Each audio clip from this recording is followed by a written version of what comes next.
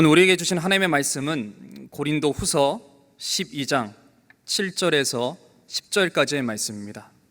고린도 후서 12장 7절에서 10절까지의 말씀, 제가 봉독하도록 하겠습니다.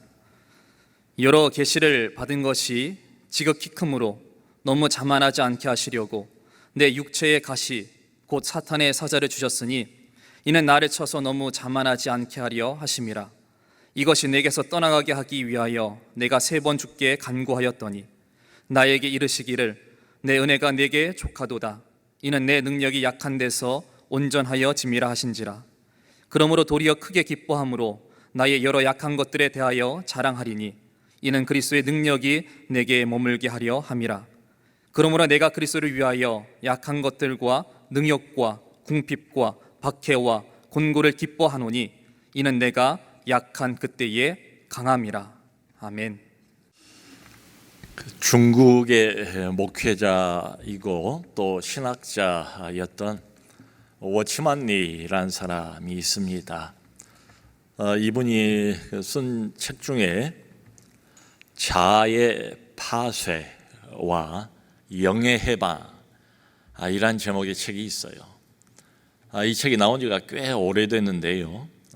원래 다른 사람이 번역했을 때 책 제목은 자아가 죽을 때 이런 제목이었습니다. 근데 그 책에서 이야기하고 싶어하는 것은 한 가지 핵심 진리를 가지고 있습니다. 여러분, 성경에 의하면 예수님을 보배라고 표현하지 않습니까? 보배. 그 보배가 우리 안에 있는 거죠. 근데 그 보배를 담고 있는 우리는 성경의 비유에 의하면 질그릇입니다. 그러니까 보배가 이 질그릇 안에 담겨 있습니다. 여러분, 보배는 반짝반짝 어두운 세상의 빛을 나타내야 되지 않습니까? 예수 그리스도는 그 향기로운 향기를 바깥 세상에 전달해야 되지 않습니까? 그런데 문제가 있다는 거예요. 그 문제가 뭔가 하면 이 질그릇, 나라는 이 자아의 껍데기가 너무 단다, 너무 질겨서 보배가 바깥으로 빛을 나타내기가 어렵다, 이런 이야기입니다. 여러분, 하나님의 은혜를 입고 그리고 그분의 영을 받아서 하나님의 백성이 된 모든 사람들 안에는 예수 그리스도가 지금도 실시간으로 살아계심을 우리 모두는 다 믿습니다. 여러분, 우리 안에 계신 예수 그리스도는 불완전한 분이 아니잖아요. 이분은 완전하신 분이세요. 부활하시고 승천하신 예수 그리스도는 못할 게 아무것도 없습니다. 모든 것이 가능한 분이세요. 그럼에도 불구하고 그리스도가 우리 안에 말하자면 갇혀 있고 제대로 자유롭게 활동을 못한대요. 본인을 마음껏 표현을 못한대요. 우리를 자유롭게 사용을 못한대요. 그 이유는 뭔가 하면 이 질그릇, 이 자아, 나라는 그 인간의 육신의 자아에 예수님께서 제약을 받으신다.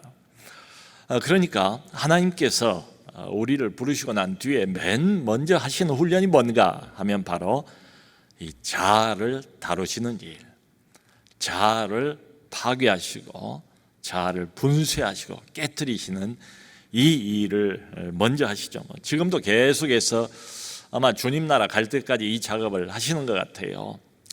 자아가 파괴가 되고 깨져야 되니까 이게 아프지 않겠습니까? 그러니까 우리가 이 세상을 살아가면서 당하는 많은 고통, 또 대부분의 고통이 다 이거하고 매우 깊은 관련이 있다. 예를 들어서 어떤 사람이 참 신앙생활을 열심히 하는 것 같아요. 그리고 매우 헌신적입니다. 그럼에도 불구하고 동시에 이 사람이 굉장히 거친 자아, 아주 단단한 자아를 가지고 있어요. 그러면 이런 사람들의 봉사를 통해서 우리 주님께서 은혜를 바깥으로 전달을 하시지요. 그러면서 동시에 이 사람의 미숙한 자아, 아직 덜 된 자아, 깨지지 않은 자아가 함께 전달이 된다는 것입니다. 예를 들어서 어떤 사람이 설교에 어떤 출중한 은사를 갖고 있다고 가정을 해봅시다. 그럼 이 사람이 강단에서 말씀을 전할 때 순수한 하나님의 말씀이 전달되기도 하겠지만 그것과 동시에 이 사람, 이 설교자의 인간적인 냄새, 아직 성숙하지 못한, 깨지지 못한 자아가 혼합되어서 냄새를 나타나게 된다. 그러므로 그 결과가 어떻게 되는가 하면 참 열심히 뭔가는 하긴 해도 온전한 주님의 열매를 맺지는 못한다. 그야말로 아주 깨끗한 순도 100%의 이런 효과적인 결과를 갖지는 못하게 된다는 것입니다. 여러분, 이것이 우리 같은 부족한 사람들에게만 해당이 되는 게 아니고 심지어 사도 바울과 같은 위대한 사도에게도 해당이 된다는 것입니다. 참 이게 우리가 좀 주목할 점이에요. 예를 들어 베드로 같은 사람은 언뜻 봐도 인간적인 약점이 되게 많은 것 같잖아요. 근데 바울은 예수님 다음처럼 보입니다. 뭐 전혀 인간적으로 하자가 없는 사람처럼 이렇게 보여요. 그럼에도 불구하고 바울이 스스로 자기 자신에 대해서 하는 말이 뭔가 하면 아까 읽었던 그 7절을 보면 이런 말을 해요. 나는 항상 교만해질, 자만해질 가능성이 많은 사람입니다. 그래서 내 몸에는 가시가 필요했습니다. 이런 이야기를 본인 입으로 합니다. 그러면서 여기 이제 오늘 본문 앞부분을 보면 어떤 그 특별한 체험 한 가지를 이야기를 해줘요. 지금 이때로부터 14년 전에 자기가 주님의 특별한 은혜에 의해서 셋째 하늘에 끌려갔대요. 그때 몸까지 같이 갔는지 아니면 자기 영만 갔었는지 그건 자기는 모르겠대요. 주님은 아실 거래요. 셋째 하늘이라고 여기 표현을 했는데요, 유대인들은 당시에 하늘이 세 종류가 있다라고 믿었습니다. 첫째 하늘은 우리가 눈에 보는 대기권, 그 다음에 둘째 하늘은 그 대기권을 넘어서 무수한 많은 별들, 광활한 우주가 있는 그곳, 우리가 가보지 못한 그게 둘째 하늘입니다. 그리고 셋째 하늘은 바로 하나님과 그리고 천사들이 있는 영적인 세계를 셋째 하늘이라고 생각을 했어요. 그 셋째 하늘까지 끌려가서 바울의 표현대로 한다면 말로 표현할 수 없는 말을 들었다. 실제로 그 원어의 그 의미는 절대 이걸 말로 발설하지 말라고 금지가 된 이런 말을 들었다. 말로 표현할 수 없는 이런 말을 거기 가서 들었다는 것입니다. 제가 알고 있는 어떤 지인이 몇 년 전에 심장 수술을 했습니다. 근데 그분이 하는 말이 원래 심장이 안 좋은 사람인데 이제 죽는 줄 알았대요. 거의 죽을 뻔했대요. 근데 그때 자기도 셋째 하늘, 성경에 나와 있는 셋째 하늘을 경험을 했대요. 정말 경험을 해보니까 삶과 죽음이 종이 한 장 차이더래요. 그러면서 그 셋째 하늘에 대한 구체적인 이야기는 안 해요. 거기 가서 말로 표현하기는 어려운 그런 체험을 했다. 자, 이런 거 보면 이 셋째 하늘까지 가서 이런 대단한 경험을 했다는 그것이야말로 우리 신자들이 해볼 수 있는 가장 신비한 체험의 극치가 아닌가 이런 생각이 들어요. 그런데 의문은 이것입니다. 지난 14년 동안 바울이 여기에 대해서는 침묵했습니다. 그런데 왜 이제 와서 14년 전의 이야기를 꺼내는 것일까? 여기 이제 맥락을 보면 이유가 있어요. 바울을 반대하는 사람들 때문에 굳이 이 이야기를 꺼내는 겁니다. 그 사람들도 이제 교회의 리더들인 것처럼 보여요. 그런데 바울을 폄하하기를 시도했습니다. 바울을 시기하고 질투했습니다. 그래서 바울을 뒤로 밀쳐내고 자신들이 교회의 주도권을 잡기를 바랬던 사람들이에요. 이 사람들이 바울을 뭐라고 깎아내리기 시작했는가 하면, 여러분, 바울은 정말 예수님의 사도라고 할 수가 없습니다. 이 사람은 예수님을 만나본 적도 없고 그리고 예수님을 따라본 적도 없고 오히려 예수를 핍박하는 핍박꾼 아니었습니까? 스스로 자칭 사도라 하지만 우리가 그의 말을 과연 믿을 수가 있겠습니까? 이제 이런 말들을 하면서 바울의 사도로서의 권위, 권한을 마구 깎아 내렸어요. 그 사람들 때문입니다. 근데 바울이 이야기하면 실제로 그 사람들이 누군가 하면 거짓 사도라는 표현을 써요. 이 사람들은 사탄의 일꾼이래. 사탄도 광명의 천사로 자기를 가장한다 이런 말을 해요. 그런데 이 거짓 사도 자칭 이제 교회의 리더라고 하는 이 사람들이 교회들마다 돌아다니면서 이제 이런 특징을 보였어요. 항상 몸에 이 사람들은 추천서를 가지고 다녔습니다. 여러분, 우리도 어디 회사나 어디 뭐 단체에 뭐 들어가려고 할 때 추천서를 갖다 내지 않습니까? 그러니까 그럴듯한 추천서를 늘 몸에 지니고 다녔어요. 많은 사람들이 나를 이렇게 인정해 준다 이걸 보이는 거죠. 그러면서 또 하나의 이 사람들의 특징이 있다면 자기 자랑입니다. 자기를 자꾸 이제 과장하는 거지요, 치장하는 거지요. 자기의 학식을 자랑을 합니다. 또 자기의 출신 배경을 자랑을 합니다. 자기의 헌신, 내가 얼마나 열심인가를 자랑합니다. 또 자기가 했던 그 신비한 체험들, 뭐 영적인 체험 이런 것들을 자랑하면서 다녔어요. 바울의 평가에 의하면 이 사람들은 다 이 자랑이 무슨 자랑이냐면 육체를 따라서 자랑하는 것이다. 자기 육신을 따라서 자랑할 뿐이다. 근데 문제는 이 자랑의 이야기를 듣는 성도들입니다. 성도들이 이 사람들이 그냥 겉모습만 보고 하는 소리만 듣고 그냥 이걸 다 의심 없이 받아들이고 믿어버린다는 거예요. 여러분, 현대를 흔히 자기 PR의 시대다 이런 말을 하지 않습니까?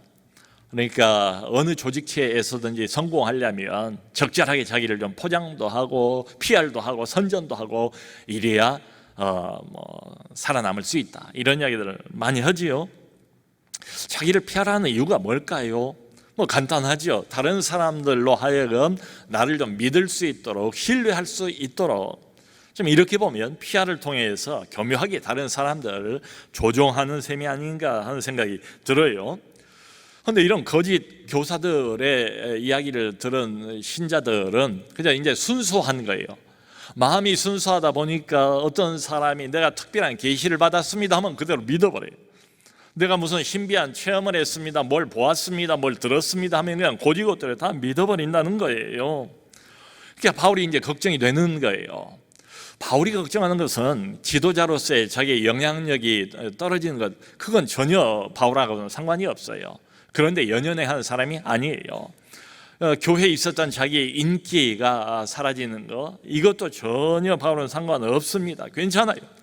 근데 바울이 이제 이런 표현을 사용을 해요. 결국 바울이 걱정하는 건 뭔가 하면 이 거짓 교사들 따라가면서 다른 예수를 믿게 된다.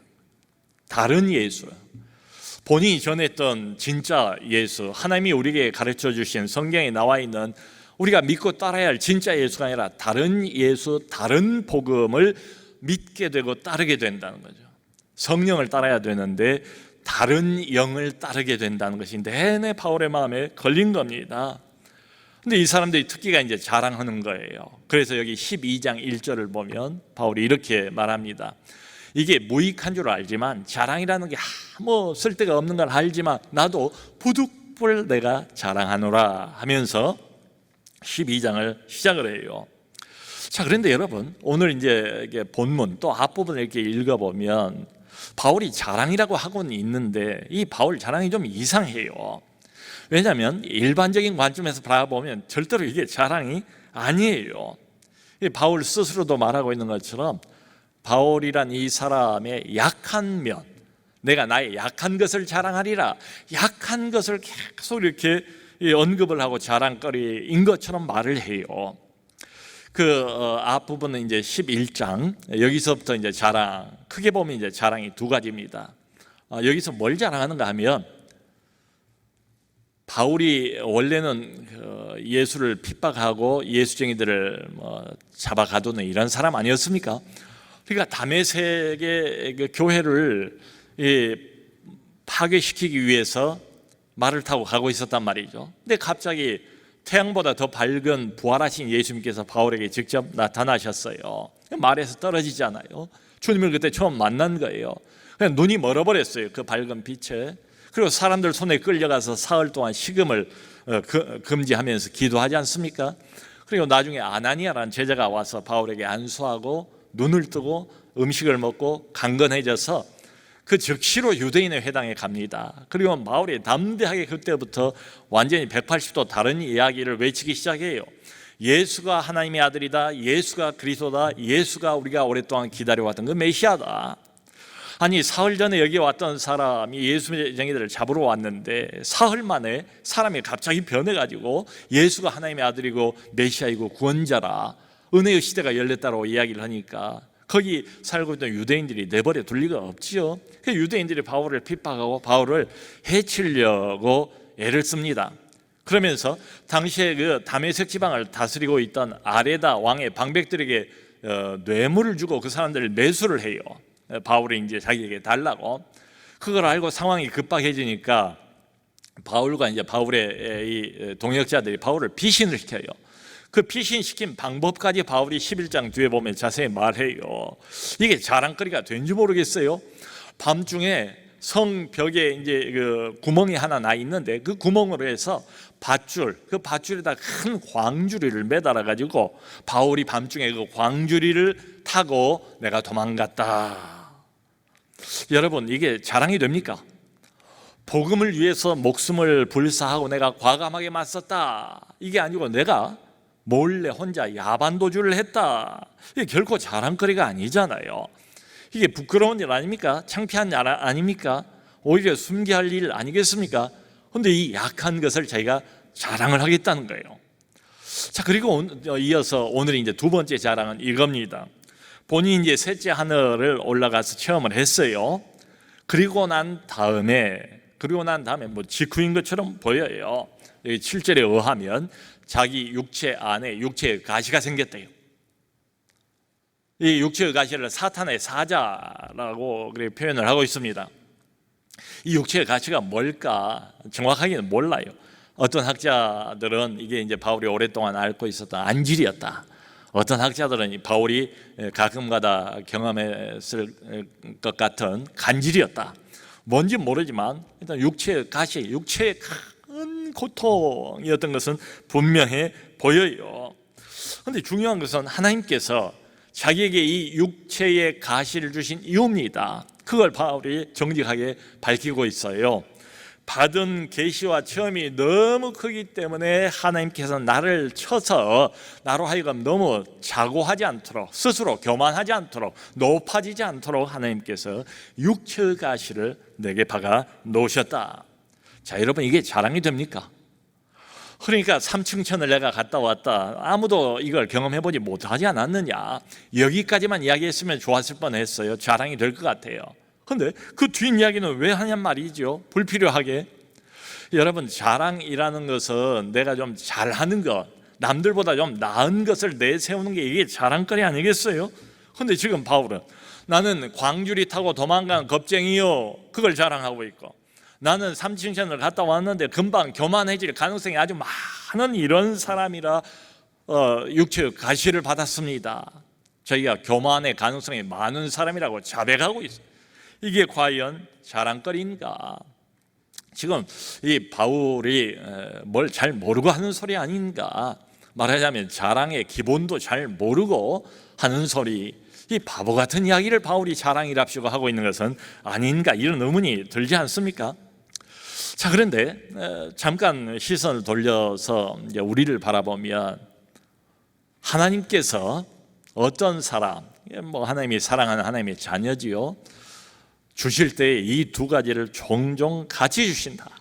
하나님이 특별한 은혜를 주세요. 특별한 어떤 은사, 남이 갖고 있지 못한 이런 은사를 주세요. 근데 그것만 주시는 것이 아니다. 종종 가시를 같이 주십니다. 모종의 가시를 같이 주세요. 그러니까 이렇게 보면 우리 하나님은 참 병주고 약 주시는 분이시다, 우리 하나님은 참 밀당의 고수가 아니신가, 이런 생각이 들어요. 하나님이 왜 이런 불필요해 보이는 가시를 꼭 주셔야만 되는가? 이유는 딱 한 가지예요. 교만해지지 않게 하려고. 우리의 교만을 막는 브레이크가 뭔가? 다른 걸로는 이 교만을 막을 수가 없대요. 우리의 교만을 꺾을 수가 없대요. 그래서 이 가시를 하나님이 주셨다. 여러분, 이런 거 보면 너나 할 것 없이 누구나 사람은 원래가 교만한 존재, 조금만 틈만 있으면 교만해질 수밖에 없는 이런 존재가 아닌가. 거기다가 남들보다 조금만 더 뭔가를 가지고 있으면 여지없이 교만이라는 함정에 빠져버리는 것 아닌가. 있으면 있는 대로 교만해집니다. 또 없으면 없는 대로 교만해집니다. 어떤 사람은 거칠게 드러내놓고 미련스럽게 교만한 사람도 있어요. 또 어떤 사람은 반대로 조용하고 영리하게 눈치 못 채게 교만한 이런 사람도 있습니다. 여러분, 심지어는 바울과 같은 사람마저도 평생 육신의 가시가 필요했다는 것 아닙니까? 이게 바울이 어떤 사람입니까? 정말 예수 그리스도를 위해서 자기의 목숨이라도 언제든지 기꺼이 바칠 만한 이런 사람 아니겠습니까? 그런 사람인데도 불구하고 하나님께서 그의 교만해질 가능성을 막기 위해서 육신의 가시를 줄 수밖에 없었다는 거지요. 여러분, 우리 인간이라는 것은 애당초에 이런 존재 같아요. 그죠? 내 자신으로 가득 차 있습니다. 가만히 내 안을 들여다보면 그저 나로 가득 차 있어요. 그러니까 생각해 보세요. 나로 여기저기 가득 차여 있기 때문에 우리 하나님께서 그 안에 들어갈 틈이 없어요. 여러분, 주부들이 집에서 그릇을 사용하지 않습니까? 그릇이 얼마나 소중해요. 그런데 어떤 그릇을 사용을 합니까? 뭔가 꽉 이미 차 있는 그릇을 사용할 리가 없지요.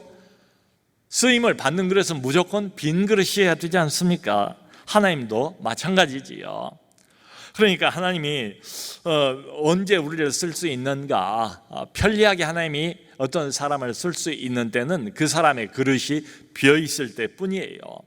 빈 그릇이니까 그 빈 공간에 하나님이 은혜를 담을 수가 있습니다. 하나님의 능력을 담을 수가 있습니다. 그런데 반대로 이 사람이 대단히 열심은 있는 것 같은데 내 자아로 그냥 가득 차 있으면 공간이 없어요.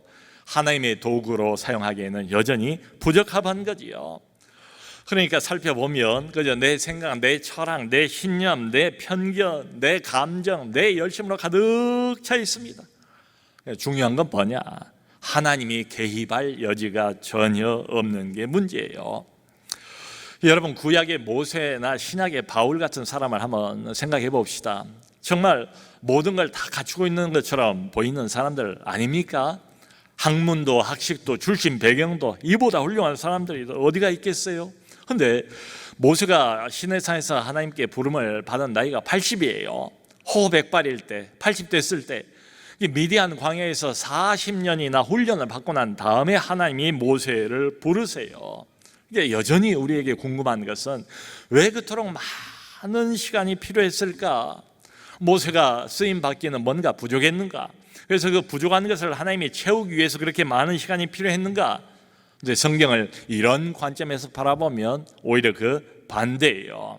그게 아니고 모세가 가지고 있는 게 너무 많아요. 너무 많은 그것을 버리게 만드는데 이렇게 많은 시간이 걸렸다. 돈, 학벌, 명예, 은사, 뭐든지 간에 여러분, 이런 것들이 다 세상적으로는 자랑거리들 아닙니까? 우리의 자부심 아닙니까? 우리의 삶의 어떤 존재감 아닙니까? 이 자부심, 이 많은 자랑거리들이 깨어져야 하나님이 편하게 사용하실 수가 있다는 거지요. 그렇기 때문에 하나님의 그 많은 훈련이 여기에 집중이 되어 있다.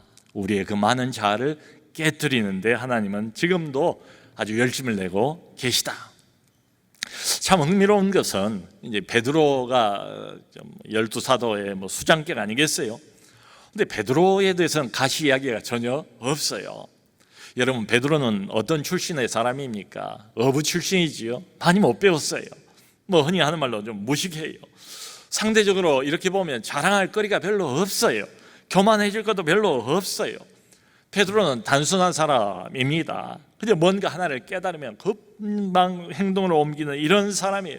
그런데 가만히 생각을 해보면 오히려 이 바울 같은 사람이 은근히 자아가 굉장히 단단하고 질그릇의 껍데기가 굉장히 질긴 사람이 아닌가 하는 생각이 들어요. 아는 것도 많아요. 생각도 많아요. 훨씬 계산속이 빠를 수 있습니다. 거기다 이 사람은 결단력, 추진력 대단하지 않습니까? 이걸 주를 위해서 쓰겠다는 거예요. 좋은 이야기죠. 나쁠 것 없어요. 근데 문제는 뭔가 하면 이 모든 것들이 어디에 근거를 하고 있는가, 어디에 뿌리를 내리고 있는가 하면 바로 그 단단한 아직 깨지지 않은 자 속에 깊이 뿌리를 두고 있는 게 문제입니다. 하나님이 그걸 아셨어요. 그걸 보셨어요. 그래서 하나님이 주신 해결책이 뭐예요? 가시입니다. 가시. 바울이 이 육신의 가시가 얼마나 참 선교하는 데 방해가 되든지 그러지 않겠습니까? 지금 산지 사방으로 어디를 가도 복음을 기다리고 있는 사람들이 수천 수만 명인데 이런 때에 육신의 가시가 턱턱 자기를 방해하는 것 같으니까 하나님께 없애달라고 기도를 했대요. 3번이나 간절히 필사적으로 매달렸답니다.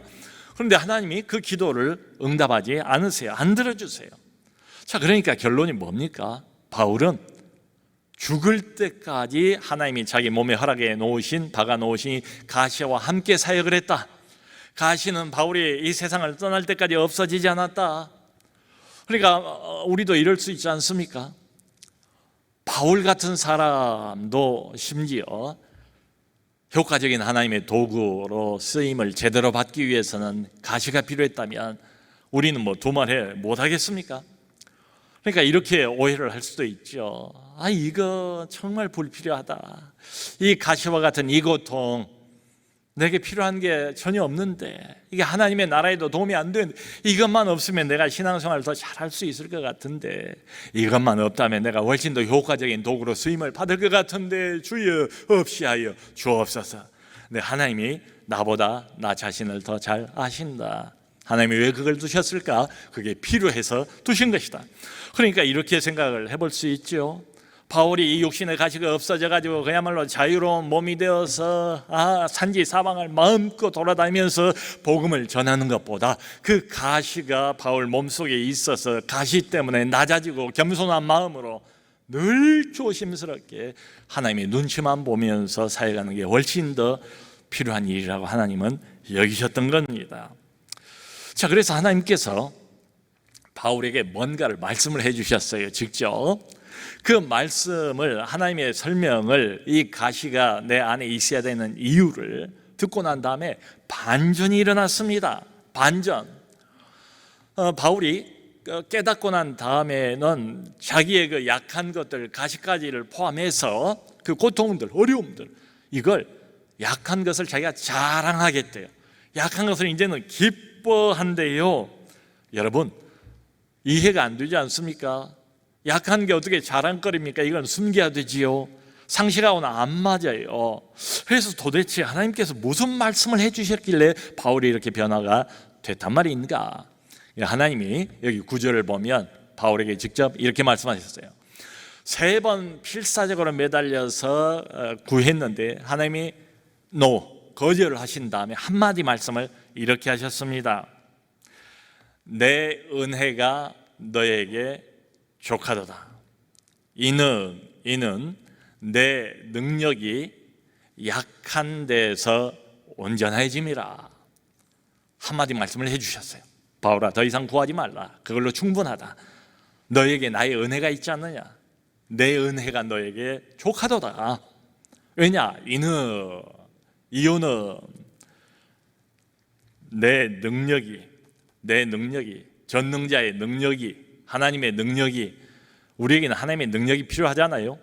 살아가는데 또 사역을 하는데 절대적으로 필요한 것은 하늘의 능력이잖아요. 내 능력이 약한 데서, 네가 약한 데서 온전해지기 때문이다. 사람의 능력이 약해질 때 하나님의 능력이 퍼펙트해진다, 온전해진다, 이렇게 말씀을 주세요. 바울이 그 한마디에 큰 깨달음을 얻었습니다. 그리고 그 이후로는 더 이상 가시가 방해거리가 아니래, 오히려 기쁜 제목이 되고 오히려 자랑거리가 됐다는 거예요. 여러분, 바울이 뭔가 아주 중요한 비밀 한 가지를 깨달았어요. 이게 아주 모순입니다. 내가 약해졌는데 강해졌다는 게 말이 안 되잖아요. 바울이 깨달은 건 이겁니다. 하나님의 능력하고 사람의 능력이라는 것은 정확하게 반비례한다는 것을 깨달았어요. 자, 여러분, 우리가 우리 안에 담을 수 있는 능력을 100이라고 한번 해봅시다. 그러면 예를 들어서 내 능력으로 내 안이 80%가 채워져 있으면 하나님의 능력은 몇 프로입니까? 당연히 20%밖에는 못해요. 올 수가 없어요. 근데 반대로 내 안에 내 능력, 사람으로서의 내 능력이 20%라고 하면 하나님의 능력은 80%가 되는 거예요.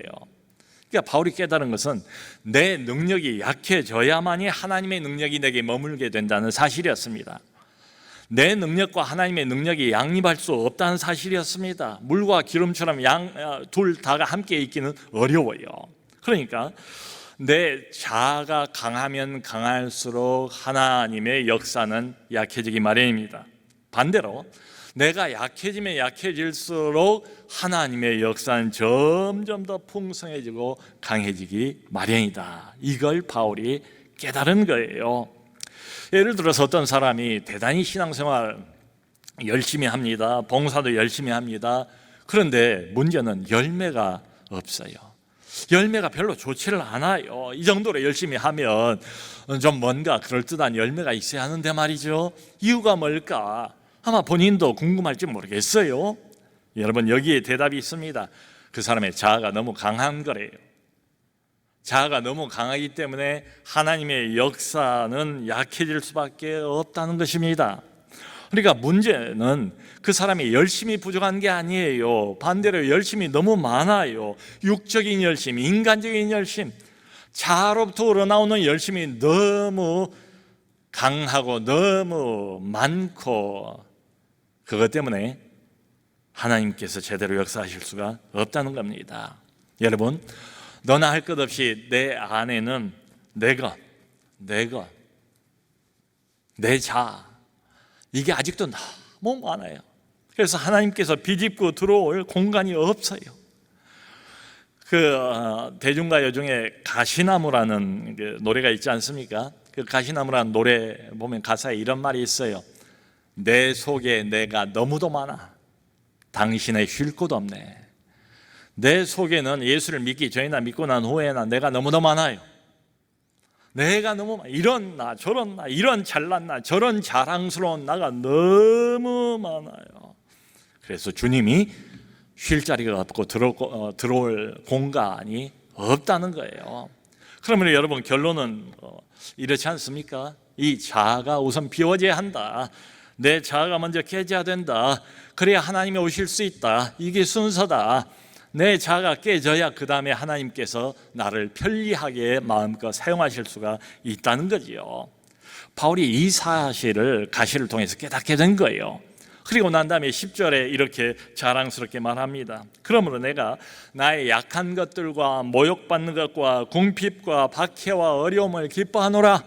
왜냐하면 내가 약할 그때 곧 강하기 때문이다. 내가 약할 그때 곧 강하대요. 여러분, 이게 말이 됩니까? 얼마나 역설입니까? 얼마나 모순입니까? 이거 이해가 안 되잖아요. 약하면 약한 거지요. 이건 부끄러운 거 아닙니까? 약한 것은 숨겨야 되지 않습니까? 우리가 다른 사람보다 좀 우위에 설라면 말이지요. 근데 바울은 약할 그때 내가 곧 강함이니라, 이걸 알고 난 다음에 약한 것들을 마구 자랑을 하기 시작하는 거예요. 이게 모순입니다. 그런데 영적인 비밀이에요. 바울이 깨달은 건 뭐겠습니까? 나 자체, 바울이라는 사람은 한없이 약한 겁니다. 뭐 달라지지 않았어요.